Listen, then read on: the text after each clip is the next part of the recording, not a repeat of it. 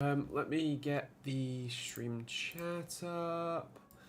Put that there. One there. There a bit.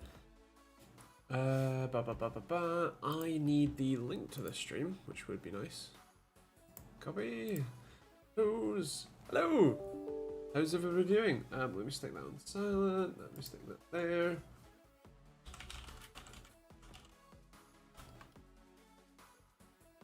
And that. Right. Hello. How is everybody doing? How's your week been? How's things?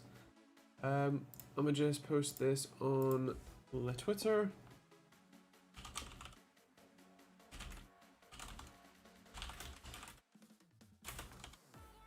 Boom. Right. Hello. How you doing? How's things? Hello to Hornets. Glad you're early. Hello to Ish. Hello to Horizon Zero Gamer, and hello to Chris. How you guys doing?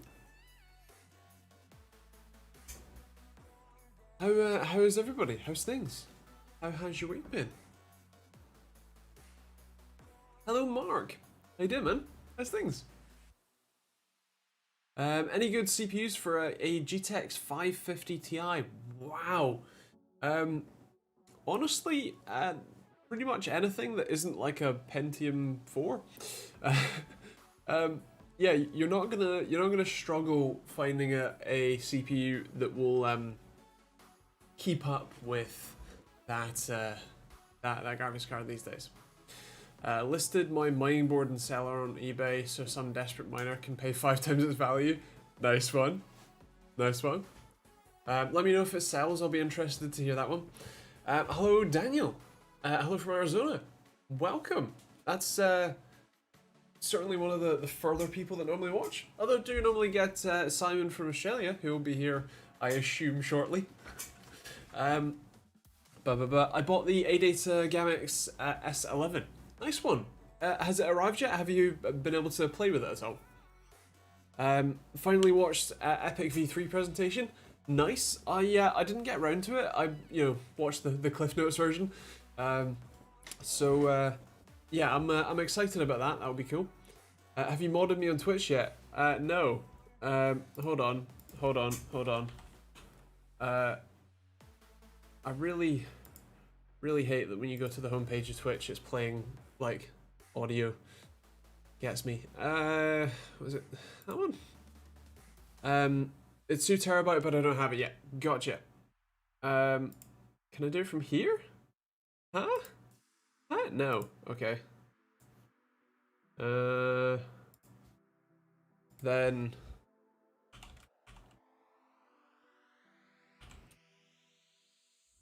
Yeah, there we go. Right. Hello, Phil. Where are you? Watch. Oh, it's slow on my YouTube chat is being a bit slow. I'm getting spammed by notifications. Nice. You're welcome. Yeah. Hello, super user. It's been a while. How you doing, man? How's things? Hello, William. How you doing? Should I wait to get a budget 3060 laptop with good battery life? It depends how much battery life matters to you, really. In terms of gaming laptops, you are probably going to struggle finding one that has what you call exceptional battery life, if that makes sense. But it depends on you, really, and of course also depends on stock level. That's going to be an important one for the next 6 to 36 months. I'm good, thanks. Hope you're good. I am mixed. I'm still alive and kicking, so that's great. But yeah, all right. Hello, Simon. I was just talking about you. I'm trying to tweak the G.Skill CL14 RAM for the 3900X. Oh, nice one. Fair play. I mean, doing more 5 hours of YouTube, more than 5 hours doing YouTube. I don't care about gaming battery. Gotcha. Potentially, I think you're still probably going to struggle, although it will vary depending on which one you end up getting. Phil, do you now have mod privileges on Twitch too? How often should I upgrade my PC components? So the short answer to that is whenever you feel you actually need to. From my perspective, unless I really care about some fancy new feature that a new part has, like if you really care about ray tracing, then and you don't have a ray tracing capable graphics card, then sure, it would probably make sense for you to upgrade your GPU to do that. But if you're playing games without much problems, you're not actively noticing FPS drops in games, you can still play everything at higher ultra settings or whatever you like to play at, there's no real reason for you to upgrade any of your parts until you really need to. Obviously, if you have, cash to spare, then sure, I guess why not? May as well get the best experience you can. But in terms of, needing to, it's, whenever you need to, really, whenever you feel you would actually legitimately benefit from that upgrade in terms of your actual usage experience. I saw the 11700K is beating the 5950X. Is it true? As far as I can see, no.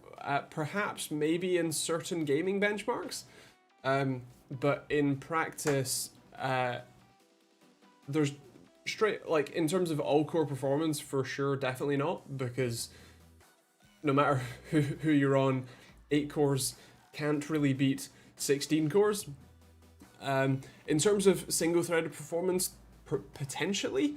In terms of gaming performance, again, potentially. I haven't seen a review of a comparison between those two, but what the review that I have read, the Anantech one, there wasn't really much benefit to the Intel chip at the moment.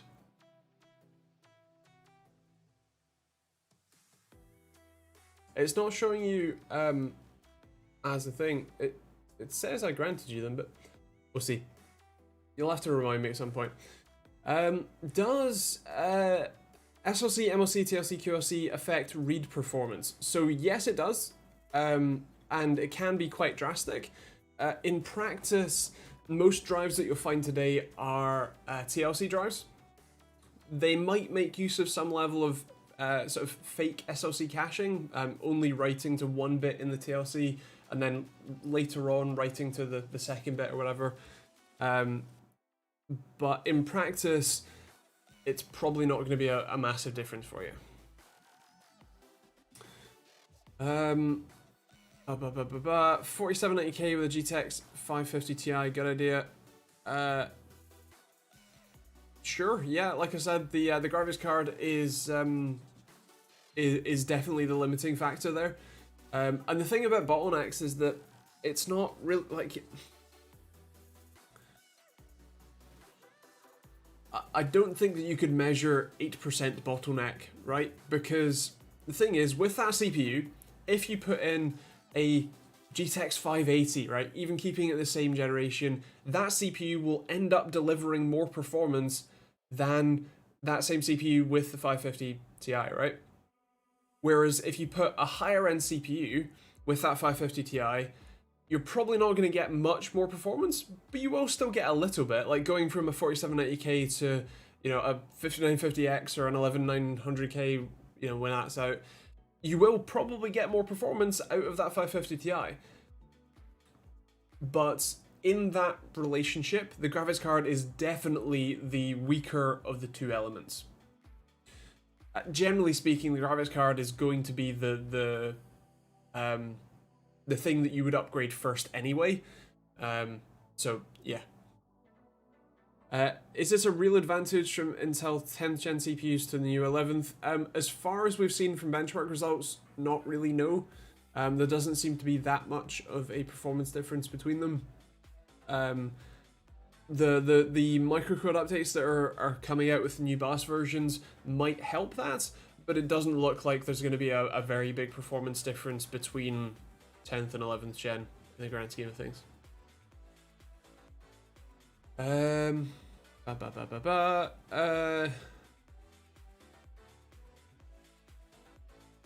The TUF F15, yeah, I did a review of the TUF F15. If you haven't seen it, go check it out. Intel calling a quad-core an i7 is deceptive at best. I bought a Canon EOS R6, nice. Struggling to play 4K 60 FPS on my laptop. It's an i7 9K chip. So that's kind of surprising to me. What bitrate are you running at with the R6? I was actually planning on buying one, but I decided I don't really need one just yet. Anyway, what bitrate are you running, and what program are you using to watch the footage back?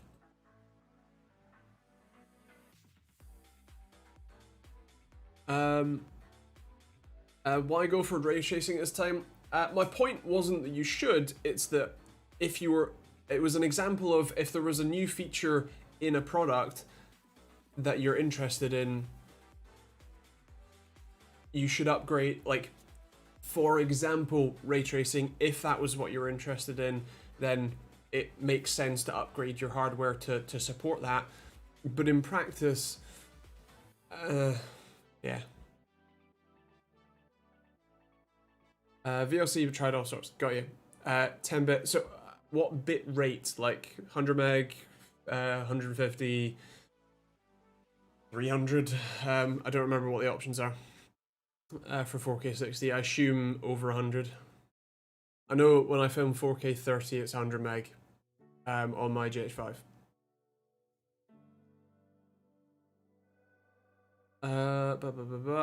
Hello, Ali. I'm running 3000 megahertz RAM at 3200 megahertz. So generally no rows, that's basically called memory overclocking. And it's one of the different types of overclocking you can do.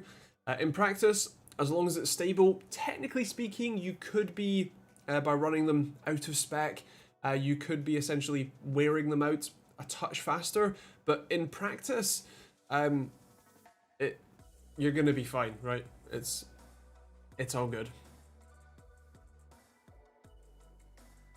You're from Iraq, nice. I'm not from London. I'm from Scotland, but I'm in the East Midlands of England, roughly.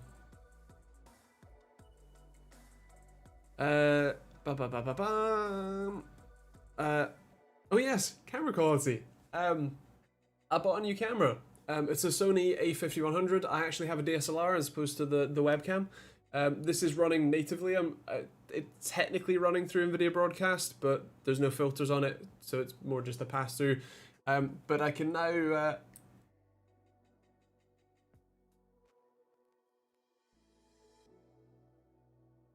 and back there we go. What did I have it on? 22? 22? That's about right. So there you go. New camera. And I'm very happy. Very crispy, which I like. This isn't the final form of my positioning. I'm hopefully going to be having some Elgato bits show up that will let me mount it in a slightly better location, although I guess to you it probably looks alright, so yeah. We'll see. I should also have the Elgato ring light as opposed to the panel one, which you can see in my glasses.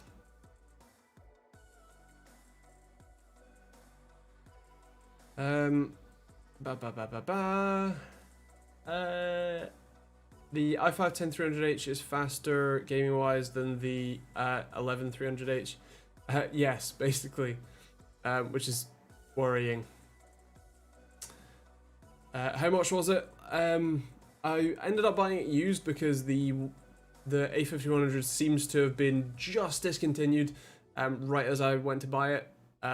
So I think it was like $350 for the camera, the dummy lens, the dummy battery, and that lets me run it, just constantly powered from mains, and the micro HDMI cable that I'm using, and the lens. Ba, ba, ba, ba, ba.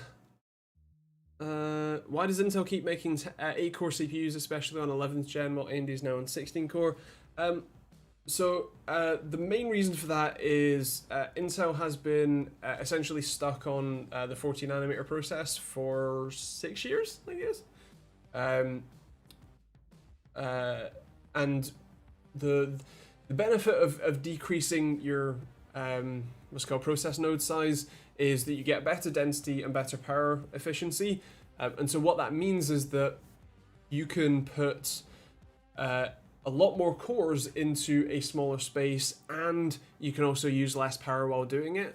So because Intel is still on the same architecture, their new chips are drawing significant amounts, in fact over double the power that a comparable AMD chip would, while performing the same or less performance. They've been trying to move to 10 nanometer, a 10 nanometer process node. The trouble is Intel is both a chip fabricator, manufacturer, and the designers, whereas AMD, at least these days, use TSMC, Taiwanese Semiconductor Corporation, to manufacture their chips. They used to use Global Foundries, but they've slowly switched over. TSMC is also the company that Qualcomm makes most of their chips with. So the benefit of using someone like TSMC as opposed to developing it in-house is that AMD can leverage the 7 nanometer process node that Qualcomm helped develop alongside TSMC. AMD can just go and buy that chips using that process node, and it's a sort of turnkey solution for them to be producing 7 nanometer chips, whereas Intel is still stuck on 14 and still can't even get to 10, let alone 7 or 5 or whatever. And Intel has been sort of stuck at that hurdle for longer than they would like, and they are slowly getting closer to that being a thing, but we're still sort of waiting to see that balance shift. What do you think of the Lexus RCF 2018? The RCF is the coupe, right? Like the sort of, what is that, the V6 or the V8? I don't remember. You're gonna have to remind me the spec of it, because there's a lot of cars in it. Don't remember.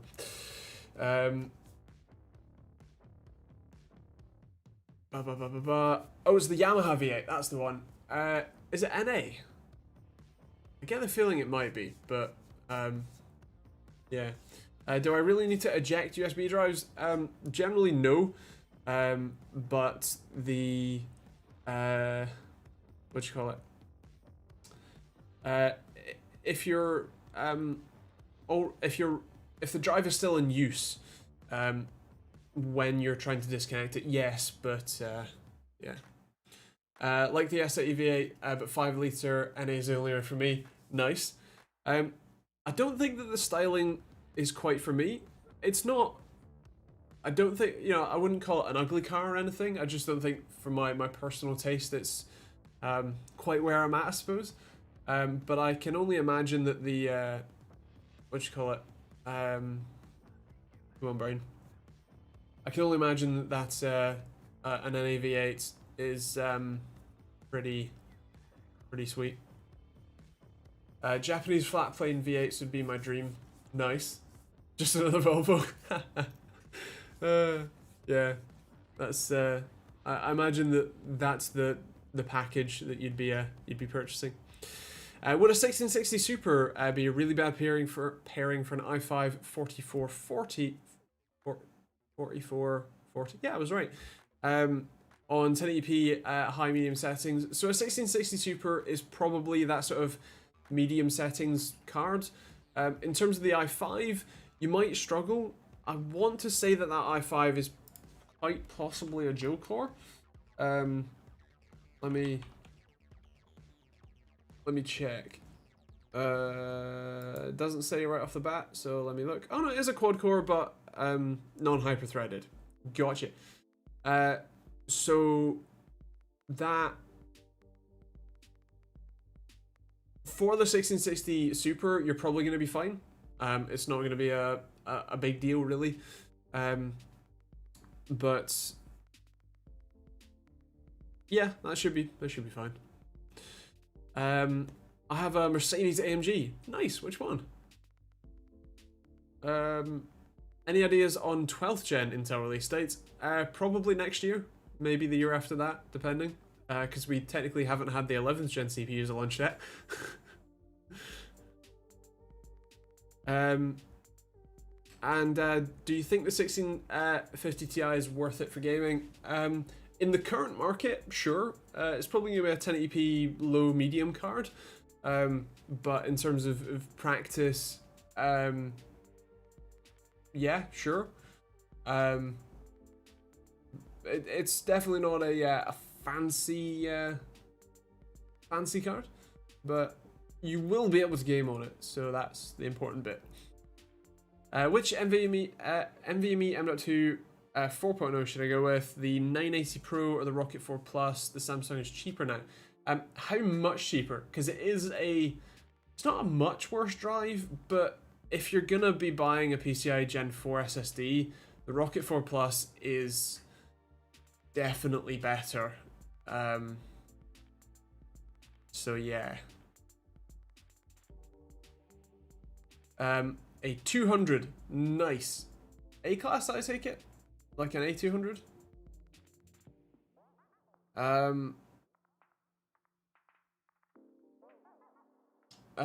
Yeah, I did just see a bit of a glitch on the on my screen watching the stream back. I don't think that I saw that on the on OBS, so I wonder if it's transmission rather than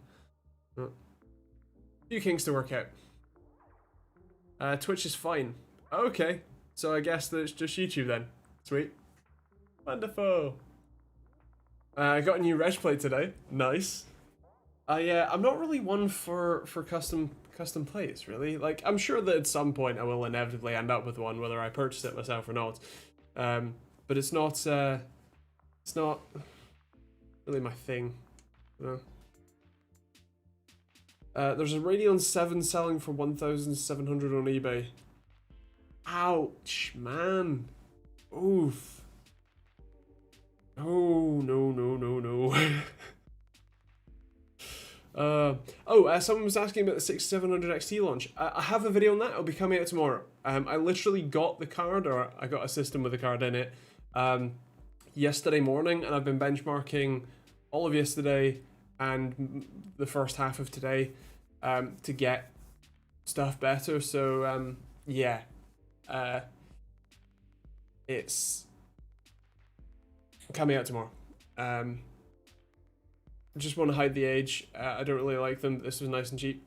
Fair play. Fair enough. Remember to swap them back if you ever see if they're not legal. Yeah. Hello Zen. What do you think of bringing back old GPU architectures contend with the shortages? So, like, hypothetically, sure. In practice, there are already very many shortages in terms of the supply chain that I don't think you would be. I don't think that using an older architecture would shortcut development at all. So yeah.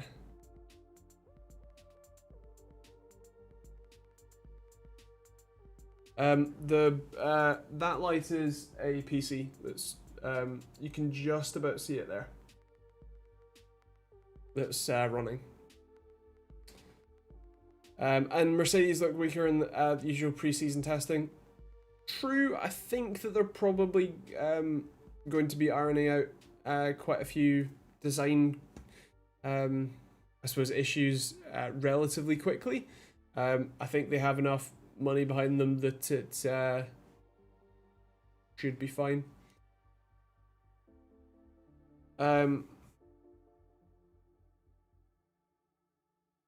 Nice, Mark.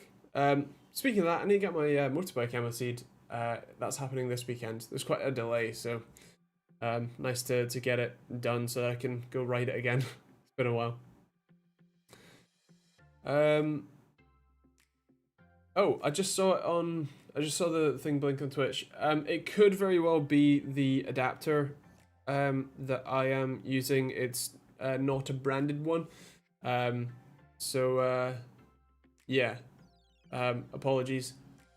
Hopefully it'll be better next time. I do also have a different version of the HDMI capture that I can use, so I might try that one as well.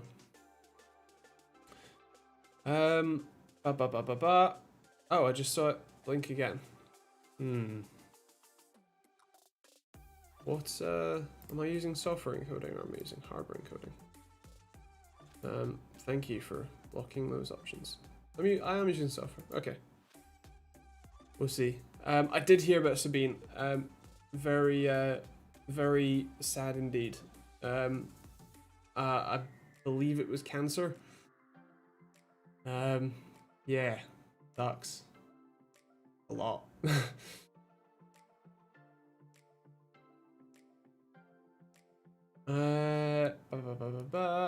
What would you consider an acceptable price to buy a 6700 XT, taking into account the current market situation? That's a very difficult one to answer, I suppose, because the answer to that is really however much you're willing to pay. What's MSRP, like £500 or something like that? Well, I think it depends on which model you're looking at, but 400 or 500 is probably about right. I think like current market price, maybe no more than sort of £100 more, and that might be all right. But in practice, I think I'd personally be willing to hold it out. Although saying that, I do have a larger supply of cards personally that let's say not everybody would have access to.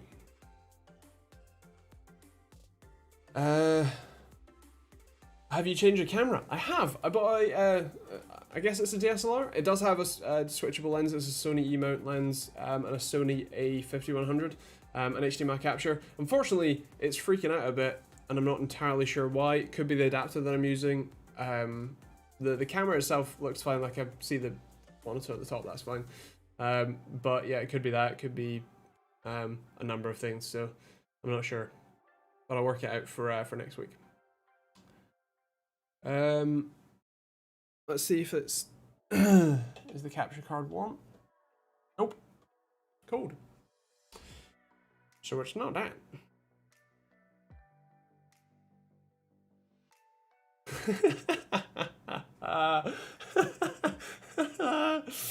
Yeah. Saving money to buy the new OnePlus 9 Pro. Nice. I'm still pretty happy with mine, but I can understand that.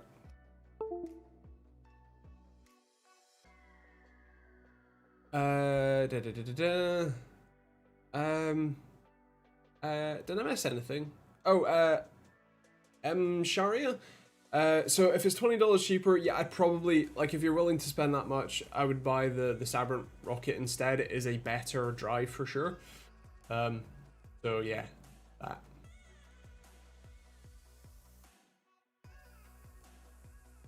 My Red Dragon won't turn on.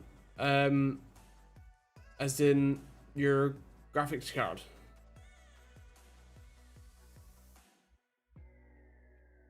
I heard that Sabrent's hotter than the Samsung one, and one guy had 2 dead in a week.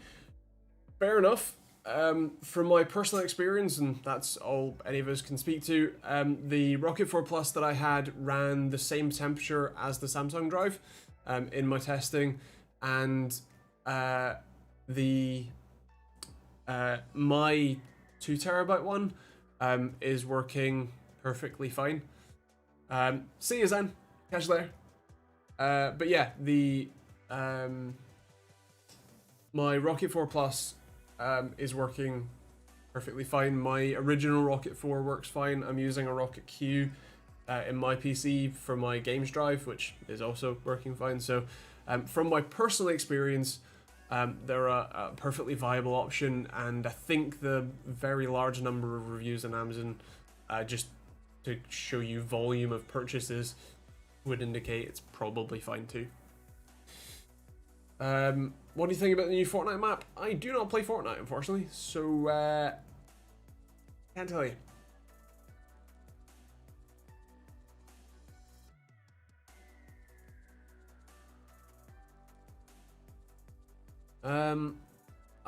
I have been working on the Sambent rocket today. Q4. Apologies for the visual. Q4 2 terabytes compared to the Rocket Q, and it's much quicker. It is indeed. The what you call it? Oh, the Q4. Oh, I didn't know they did that one. Well, fair enough. The PCI Gen 4 drives are a fair bit faster, so makes sense. Cool. Oh, the keyboard and won't light up. Gotcha. What you call it? Check. Have you spilt anything on it? Is probably the first question. Other than that, if it just out and out died, then there's a chance that the LED driver, like if the keyboard won't work, like when you connect it via USB and you try and type on it, that will work. Then there's a chance that the controller board, let out the magic smoke.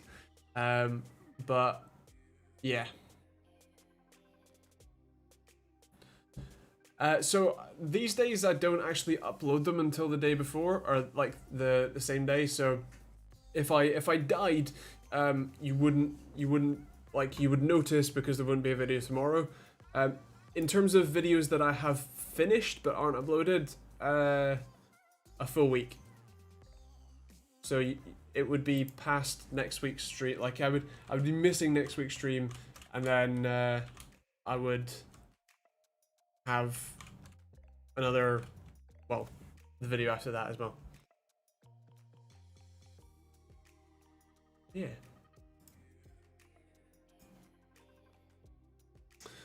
I clean my keyboards. My kids used to play Roblox. Found an extra dog and 14 bags worth of what sits in a Wookiee. Nice. Nice. What phone do you use? OnePlus 7 Pro? In its case.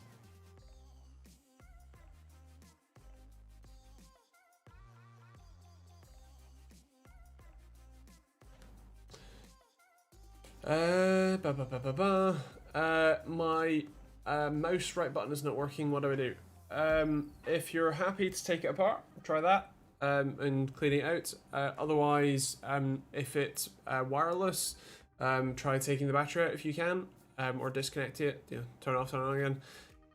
If it's wired, then disconnect, reconnect. And otherwise, the answer is probably buy a new one. Unfortunately, the ADATA SX82, the ADATA S11 Pro has TLC and SoC cache. That sounds about right, yes. It will have TLC NAND, but it will use the TLC NAND in an SLC fashion. So that means TLC is 3 bits per cell. And what it will do is it will, instead of writing to first bit, second bit, third bit, and then next cell over first bit, second bit, third bit, it will write to first bit, first bit, first bit, first bit, and then later on it will write to the second bit, second bit, second bit. Or it will come up and clean the cache so that instead of writing all of the individuals, it will then flush them all back into standard series order instead. How to calculate hardware and display latency easily? There isn't really an easy way. You can buy something like a time sleuth to check your monitor directly, or you can do what I do, which is record at high FPS. In my case, I record at 1000 FPS with a Sony RX 100. This is the Mark V-A. It does 1000 FPS, and it's great considering that it's a little point and shoot. Fantastic. But this is like £700-800, and that's a very expensive way to go and do it. In theory, Nvidia will be offering their LDAT. Is it LDAT? I think it is.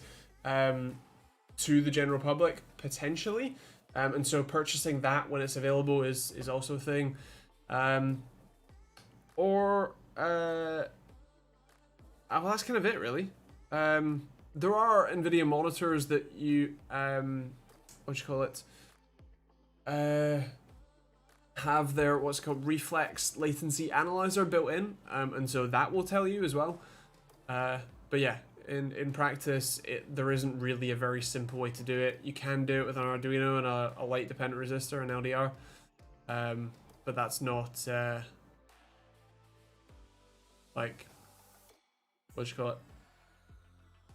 simple or easy, I suppose.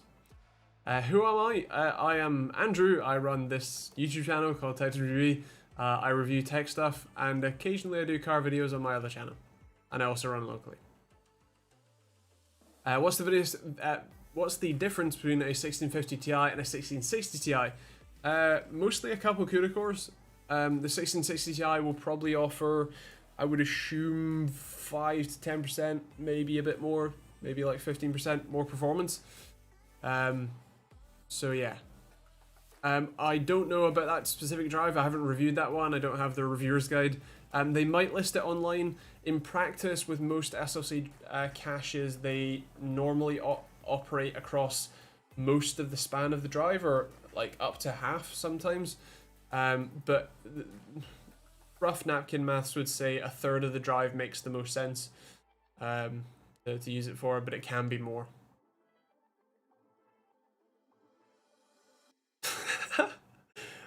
Phil, well, the answer is that I don't really know myself. I've not found myself yet. So who knows?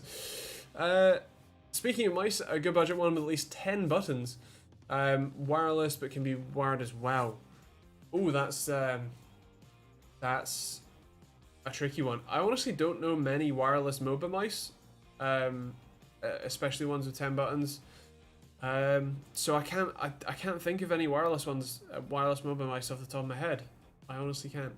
I also don't review all that many, so I'm not the perfect person to be asking that. But yeah, I'm sorry I can't answer the question better. 140 megahertz. That is a very fast refresh rate. You want 144 hertz. Megahertz is 10 to the 6, so that would be 140 with 6 zeros. 140 million hertz. That's very fast.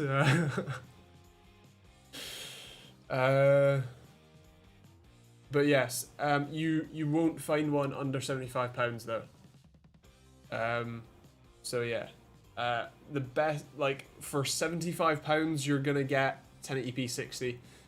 Trust me, I had to buy some displays recently, or find some displays for that kind of money. The only 1080p display that's on Amazon for under £75 is a TN 60 hertz.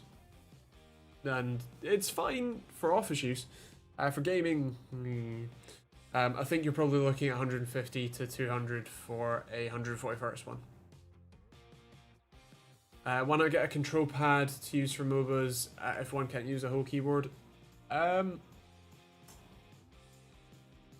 Yeah. I'm not the target. I'm not the target for that question, I think. So yeah. Megahertz, the game moves like Sonic. Exactly. Don't buy a super cheap monitor, you'll regret it. Yeah, that's probably a good idea, yeah. Phil, yes there is. Speaking of that, I want to do 7 new companies tomorrow. No, but I do have some good ideas.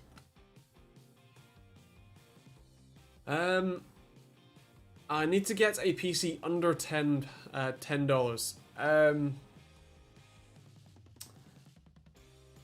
Use that $10 in advertising funds to advertise a GoFundMe.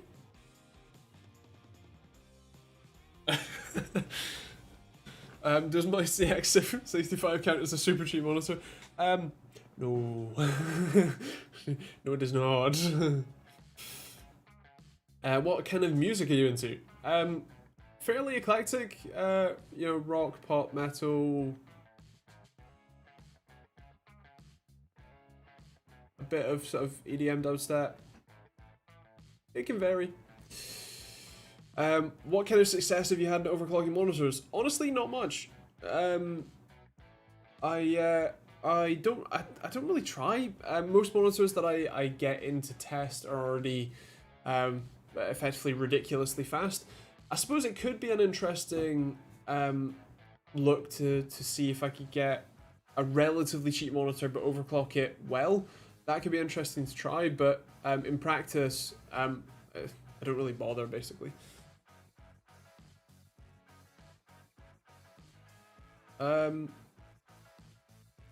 Drop shipping. What do you mean? If you can buy a used Volvo for £1 from Carthrow, so I'm sure $10 PC is possible. Yeah, true.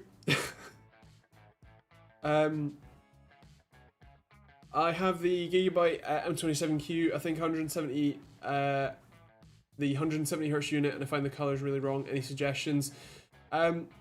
So it depends if you're willing to spend some money or not. If you are, you can buy something like the Datacolor Spider X, Spider 5, whatever, and have it color corrected. Otherwise, spending some time in the on-screen menu and changing the color profiles.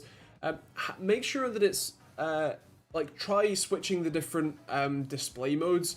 If you're in like gamer or whatever, sometimes the colors can be a bit off deliberately to help make say enemy players stand out a little more on screen. I think there was an sRGB mode in that. I don't remember. But you can try switching those profile modes, and those change the colors quite drastically. Like running an e-commerce store where I would sell products without having physical stock myself, so I'm a middleman. Oh, right, I see. So the answer is none, really. E-commerce in general is something that I haven't really thought much about. I tend to look at, for prospective businesses, I want to look at things that I suppose feel I could add value to, hence like locally, but from a e-commerce side, that's not really what I'm for. So I'm not sure, I'm afraid. I would argue that that's probably, let's say, risky in terms of what you call it, both from a pricing perspective. If you're doing like mass drop type, you collate 100 orders and then you go and buy 100 of that thing for slightly less than the retail price that everyone paid, and blah blah blah. Potentially, but if you're doing it from a stockless middleman perspective, what you're probably going to run into is trouble with margins, and trouble with supply and that kind of thing. And also, you would then be acting as the reseller, which would then mean you will be liable for warranties and returns and repairs and stuff, which is a pretty significant added cost that you would have to account for. And with those sorts of margins, like the reason why someone like Overclock UK can sell individual components is because they buy 100 or 1,000 of them at through economies of scale lower than the price that they're selling for, and then they can sell them for a markup, and then balance that out. But yeah, and yeah, that's good point.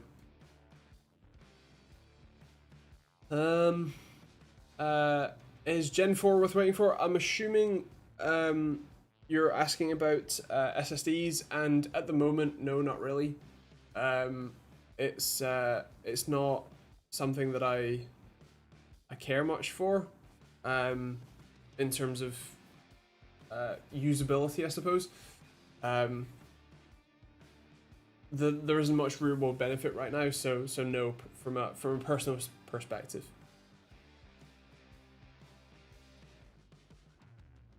Thank you very much, Ish. And also, you asked, is overclocking worth it? It depends what you have. From a monitor perspective, personally, I wouldn't bother. From a CPU perspective, again, it depends on your workloads and depends which chip you have. It can be, but the in practice, like I said, it really depends. And from a graphics card side, as long as you can manage the thermals fine, yeah. Seen the 2021 RS e-tron RS GT. It's I have. It looks. The trouble is, it is from all accounts a better physical car, right?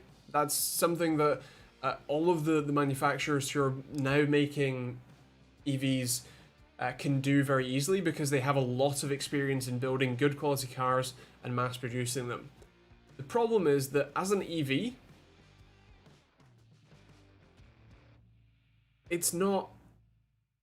It's very first gen, which is the problem because the Teslas that it competes against, or doesn't even really compete against directly, I suppose maybe the Model S Plaid or Plaid or whatever it's called.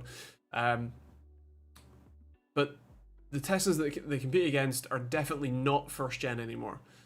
And the main thing is the battery life. I think it was, what, a little over 200 miles of range for a GT car? Like, what? Like, and at least if it was a, you know, petrol-powered version, right, where you'd get 200-300 miles to a tank, at least the fill-up procedure is 5 or 10 minutes, whereas in an EV, the fill-up procedure is, like, minimum half an hour, realistically more like 1 to 2 hours, depending on how much you need and what level of charger you can get to. And there isn't that convenience factor that petrol and diesel currently has, which is that no matter where you go, you're probably not more than 20 minutes away from a petrol station, and when your petrol light comes on, it's not an absolute dread of, oh god, where is a fill up station, because you know that it's probably not far. Whereas with an EV, you do have to actively plan out your route and make sure that there is stops between each of the different stations, essentially, for those longer journeys. Don't get me wrong, the vast majority of people don't do long enough journeys for that to matter at all, and so that shouldn't actively hinder your choice in terms of buying an EV. But for those sorts of Halo product cars, I need to see more range from that, really, before I could be very excited about it, I suppose.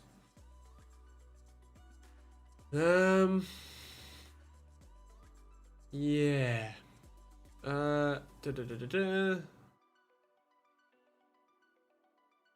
Yes, I agree. Cybertron with the when they're not just simple conversions. And that's the EV rant I was I was expecting. Nice. What you call it? It's a shame that hydrogen power never took off. So I have a problem on what you call it? Come on, brain. On principle with hydrogen as I do with hybrids.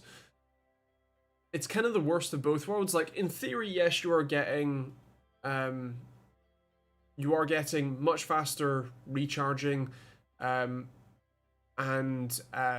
longer range capabilities, but in practice you need a hydrogen fuel cell to store the fuel. You need the hydrogen like fuel cell in terms of energy production as well as storage. You probably need a battery depending on the technology, a small one, but you still probably need one. And then you have the motors and inverters.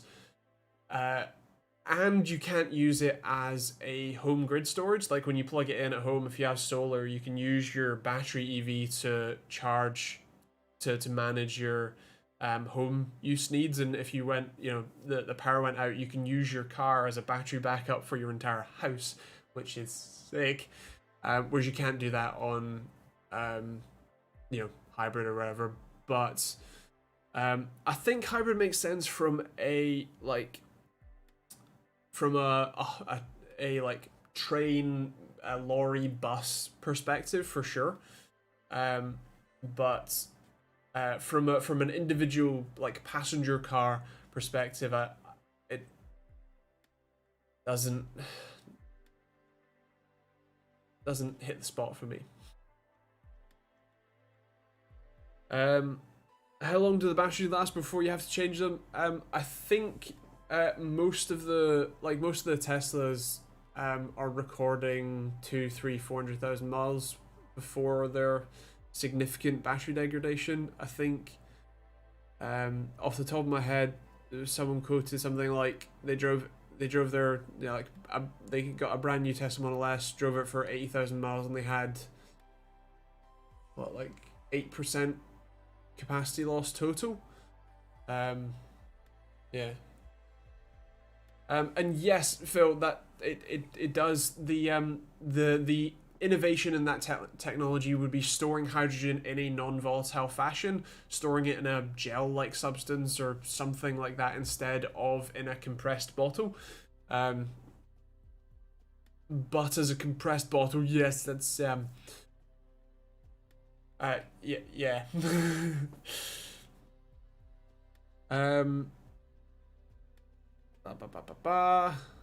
an electric bike. Some years that they did. I remember. I think did Top Gear do a bit about that? They might have done.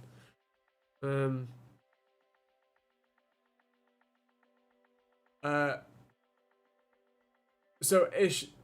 Again, technically yes. The practicality is the difference between relatively small fire, self-burning fire that you can't put out for a while, but small self-burning fire versus potentially like 6,000 psi hydrogen explosion. There's a bit of a difference.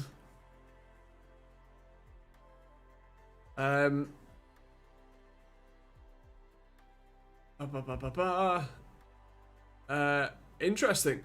Was that a fault or was that with asking Joe? Was that a fault or was that with like just battery degradation? I reapplied thermal paste to my laptop processor and the temperature goes up to 100 degrees in Prime 95. Should I reapply the thermal paste? So the thing about all of those Intel laptop chips is that what they do is they turbo boost until they basically catch fire, and then they bring themselves down again. If it gets to 100 and stays there, that's probably a problem. But if it gets to 100 and then comes back down again and sits at 80, 90 degrees Celsius, that's normal for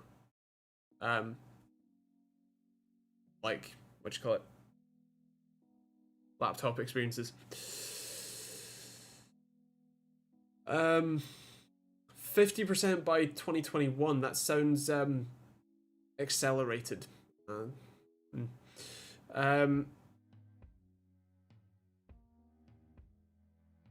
a hydrogen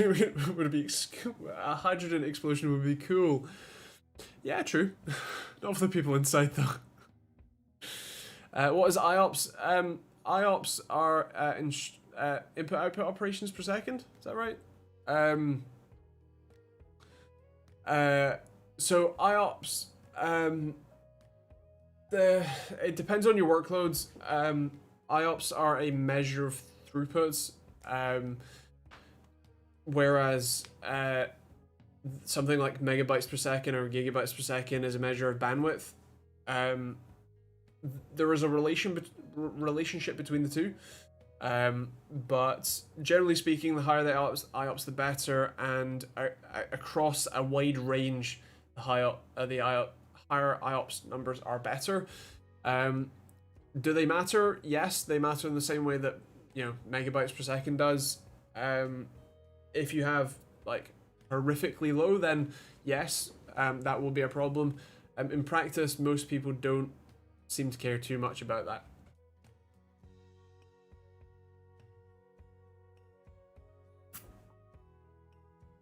They told him to stop charging his phone in the car, as that's what killed it. What?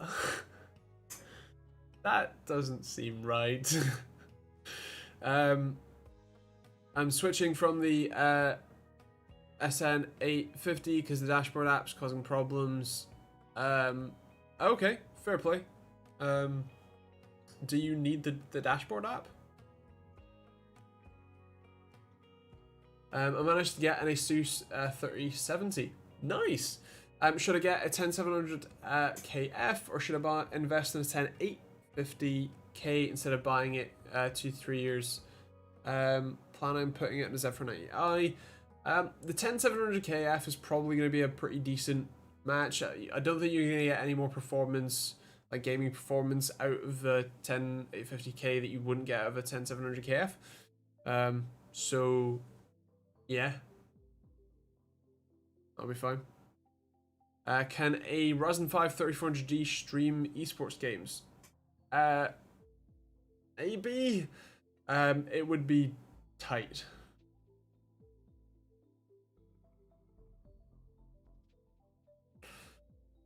I think they said, I think he was implying car-ish, which makes me suspicious. You can't do hardware encoding on Ryzen G chips, then probably not. In terms of performance, the 3400D is already going to be relatively limited in performance, but yeah. They caused unnecessary drain on the battery. Right. I can only see that being a problem on, like, when the car is already super low battery and you're sort of depleting it sort of too low. Otherwise, like, the infotainment screen will draw more power than your phone's charger will, right? Like, if it's a Tesla Model 3, then it definitely will. You know, whatever, the self-driving computer definitely drawing more power.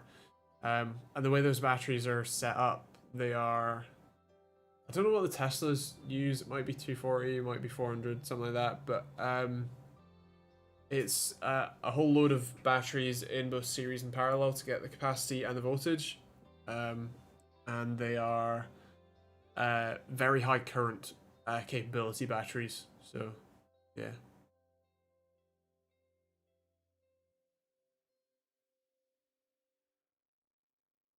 Is it possible to notice the difference between 2133 and 3000 MHz RAM?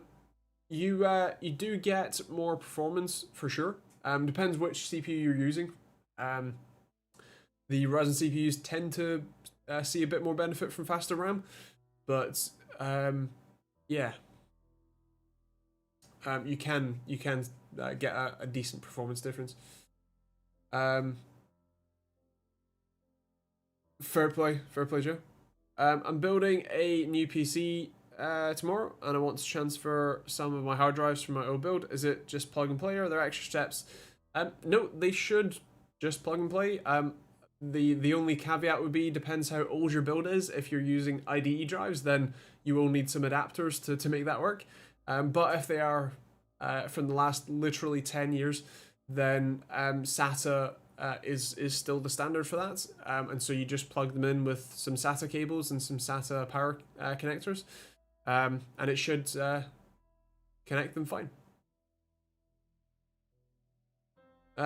Yeah, I think, well, so it's all electric cars for new sales. Obviously that doesn't mean that your existing car goes away. I still think that might be a little accelerated, especially considering the change to the government grant that happened today, which was infuriating. They changed the grant from £3,000 for any car up to £50,000 in value to £2,500 for any car up to £35,000 in value, which means you don't, like, most cars that are on sale will not be afforded by that grant anymore, which is pointless. Most companies have stopped making new internal combustion engines. They've stopped developing new ones. Although I think BMW put out a press release like literally today that said they're still planning on developing their own. Oh, and Cybertron. So I know it's a joke, but it's for literally new cars. So unless Volvo plan on remaking the 240, you can still buy used cars with internal combustion engines in 2033 or whatever. I wonder how many people have people without driveway or big block of flats going to charge. Yeah, so that's the thing. Even though I do park my car just outside, there's not really a good way for me to connect that to a charger in any way. So that would be a concern, for sure. If I were to be forced to swap, in practice, I think there's still going to be a balance there, for sure. So yeah, there is also more infrastructure being rolled out. There's chargers that are being built into residential streets, where they're sort of pop out of the ground type thing. Blocks of flats, especially if they do have some car parking facilities, can build chargers into those parking spaces. There are options for sure, and of course fast charging is still going to be a possibility, so people can go out and top off, once a week or whatever, and that's probably still going to be fine. But yeah.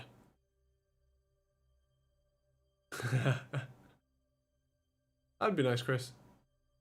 Hey, I have a problem with CSGO. Low details, I have barely 300 FPS. You have a 3060. I had better FPS with a old PC. Interesting. Now, why would that be? Graphics drivers up to date. Check that there aren't any adaptive syncs, frame rate locks, or anything like that running. Check temperatures. That can also be a good idea. Make sure that like your CPU isn't overheating, for example, or your GPU. Yeah.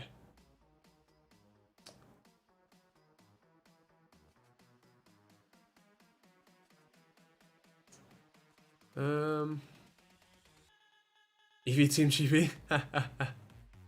Indeed. That is a good point, though. I should probably head off. So, thank you very much for watching. Hope you enjoyed the new camera. I do these streams every Thursday night, 8 PM UK time. So if you want to, come back next week, feel free to do so. Otherwise, yeah. As usual, there's a load of links in the description if you want to support me and the channel and all that jazz. But yeah, I'll catch you